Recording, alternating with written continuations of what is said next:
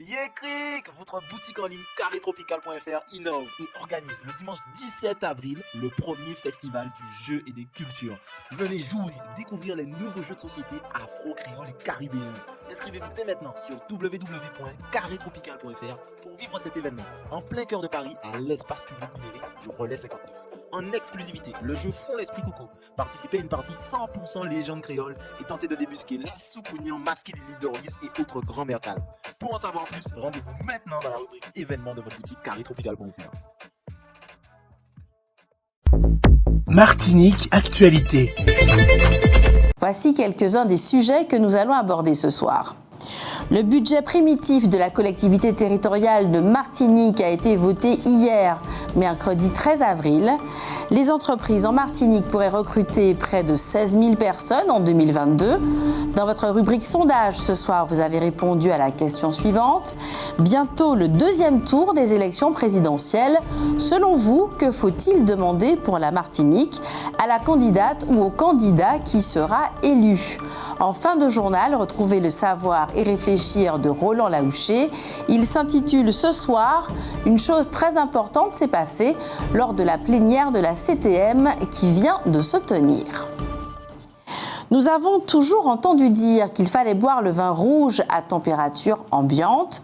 Apparemment, ce n'est pas vrai.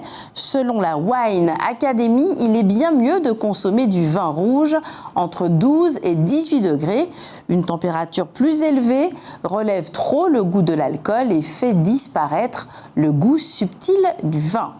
La qualité de l'air aujourd'hui est moyenne et elle le sera également demain. Actuellement, on en est à environ 2000 personnes par jour positives au coronavirus. Il y a une semaine, on en comptait 2600. Les mesures mises en place pour lutter contre le coronavirus ayant été considérablement allégées jusqu'à pratiquement disparaître, bien des Martiniquais ont l'impression que la pandémie est derrière nous. C'est aussi cet argument que les prêtres utilisent pour expliquer les grandes foules qui se sont déplacées dans les églises, ce dont ils se réjouissent. Tout se passe comme si les fidèles étaient réellement en manque. Lors de la plénière de l'Assemblée de Martinique du mardi 12 avril, Serge Letchimy, le président du conseil exécutif de la collectivité territoriale de Martinique, a proposé aux élus de se réunir en congrès. Un congrès pour, citons-le, pour permettre à l'ensemble des représentants élus de Martinique de formuler officiellement au nom du peuple martiniquais nos exigences en matière de levée d'actions locaux, fin de citation. Afin de concrétiser cette proposition, le président du conseil exécutif a souhaité une large concertation sur les modalités pratiques, les orientations et questions politiques à soulever lors de ce grand congrès. La première étape se fera autour des chefs de file des groupes politiques à l'Assemblée de Martinique qui ont été conviés par une lettre du président du conseil exécutif hier, 13 avril, à un temps de concertation dans les prochains jours. Selon Serge Letchimy, ce congrès devrait se tenir dans la foulée des élections législatives afin de saisir l'opportunité de l'arrivée d'un nouvel exécutif au niveau national et du démarrage d'une nouvelle législature. Dans la lettre qu'il a fait parvenir au chef de file des groupes politiques à l'Assemblée de Martinique, M. Letchimy écrit ceci. Au-delà de nos divergences politiques, je sais que nous partageons la même volonté de faire avancer notre pays Martinique et de répondre aux maux de notre peuple. Il nous revient aussi d'apporter des réponses concrètes à l'essoufflement démocratique et au sentiment de déclin qui habitait les foyers de notre maison commune Martinique. Le monde change.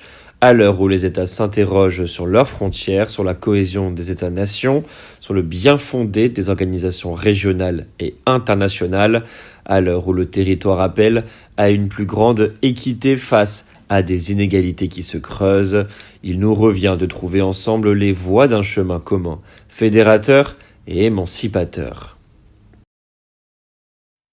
Le CDST, le Centre de découverte des sciences de la Terre, vous propose pendant les vacances de Pâques les mardis du risque. Un premier mardi s'est tenu le 12 avril, le prochain aura lieu le 19 avril. Il s'agit des mardis du risque organisés avec la direction de la prévention des risques majeurs. Il y aura un simulateur de séisme, des ateliers autour des risques majeurs, la découverte du bâtiment parasismique. Les 13 et 20 avril, c'était donc hier pour la première manifestation, sont prévus les mercredis de l'air avec Madininer. Au programme, des ateliers, un escape game autour de la qualité de l'air. Le 23 avril, retrouvez l'action Lire et dire pour le plaisir avec l'association AMI.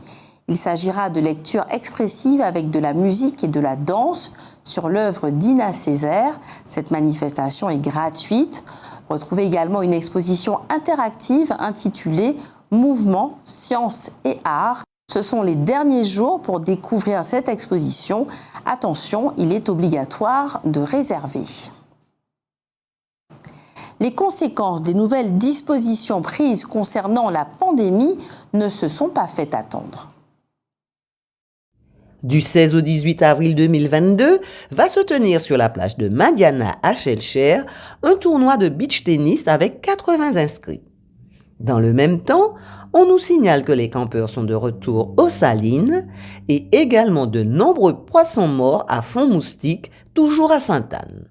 Ils n'avaient pas assez d'oxygène dans l'eau.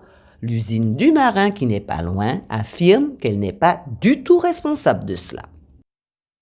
Lorsqu'elle était présidente du CMT, le comité martiniquais du tourisme, sous la première présidence de Serge Letchimy au conseil régional, Karine Roy-Camille avait mis au premier rang de ses préoccupations l'organisation d'une course transatlantique entre la France et la Martinique. Cette course avait effectivement eu lieu, mais elle n'avait pas remporté le succès médiatique escompté. C'est ce projet qui est repris avec la course Cap-Martinique, qui devrait relier la Trinité-sur-Mer en Bretagne à la Martinique. Il s'agit d'une course à la voile en solo ou duo, réservée aux amateurs. Si la Martinique lance ce projet, c'est parce qu'elle sait à quel point la route du Rhum est porteuse pour la Guadeloupe, notamment en termes de notoriété. L'inspection du travail et les services vétérinaires ont prononcé le retrait de l'agrément sanitaire de la cuisine centrale de l'hôpital du Marin. Cela semble indiquer que cette cuisine fonctionnait dans des conditions d'hygiène insuffisantes. Comme nous vous l'avons signalé, elle est fermée pour cause de rénovation. On se souvient de la lanceuse d'alerte Frances Haugen, ancienne salariée de Facebook, qui n'a pas hésité à comparer la toxicité de ce réseau social à celle du tabac. Frances Haugen a quitté Facebook en emportant des centaines de documents démontrant à quel point ce réseau social, directement ou à travers ses filiales, amplifie la diffusion des fausses informations et de contenus haineux. La firme est d'ailleurs incapable d'analyser des messages dans de très nombreuses langues utilisées dans des pays où son réseau social est pourtant dominant. Les documents présentés par la lanceuse d'alerte sont d'autant plus explosifs qu'ils permettent de mesurer à quel point Facebook est au courant de ces dérives et n'a pas voulu faire les réformes nécessaires parce que pour la firme, la croissance de son activité est bien plus importante que la sécurité de ses utilisateurs. De fait, Facebook dispose d'une base de publication gigantesque pour chaque utilisateur. Et comme celui de tous les réseaux sociaux, l'algorithme de Facebook est programmé pour que les internautes passent le plus de temps possible sur la plateforme afin d'attirer les publicitaires. L'algorithme de Facebook présente cependant une spécificité qui pose problème. L'algorithme de Facebook est programmé de façon à mettre en avant les contenus produisant le plus de réactions de la part des usagers suite à l'émotion provoquée. Or, de toutes les émotions, la plus puissante est la colère. Une colère qui peut entraîner polarisation et radicalisation chez certains des près de 3 milliards d'utilisateurs que compte Facebook dans le monde. Pourtant, seules 15 000 personnes en tout sont chargées par l'entreprise de modérer les contenus de sa plateforme, alors même que son système de diffusion lui-même est programmé pour susciter massivement des réactions quelles qu'elles soient.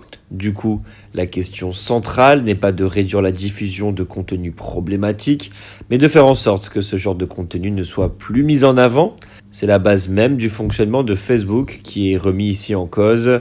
Or, la lanceuse d'alerte souligne que Facebook, très consciente du problème, a décidé de ne rien changer aux fondements sur lesquels s'appuie son activité, puisqu'ils lui permettent d'engranger d'énormes bénéfices. Il faudrait donc pouvoir contraindre la firme à le faire.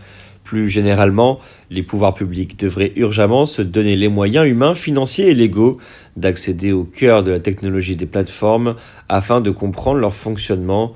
Pour l'instant, le régulateur public se contente de faire confiance aux informations que lui transmettent les réseaux sociaux eux-mêmes. Outremernews.fr, le site de l'actualité Outre-mer, 24 heures sur 24 et 7 jours sur 7. Retrouvez la chaîne Outremer News sur YouTube.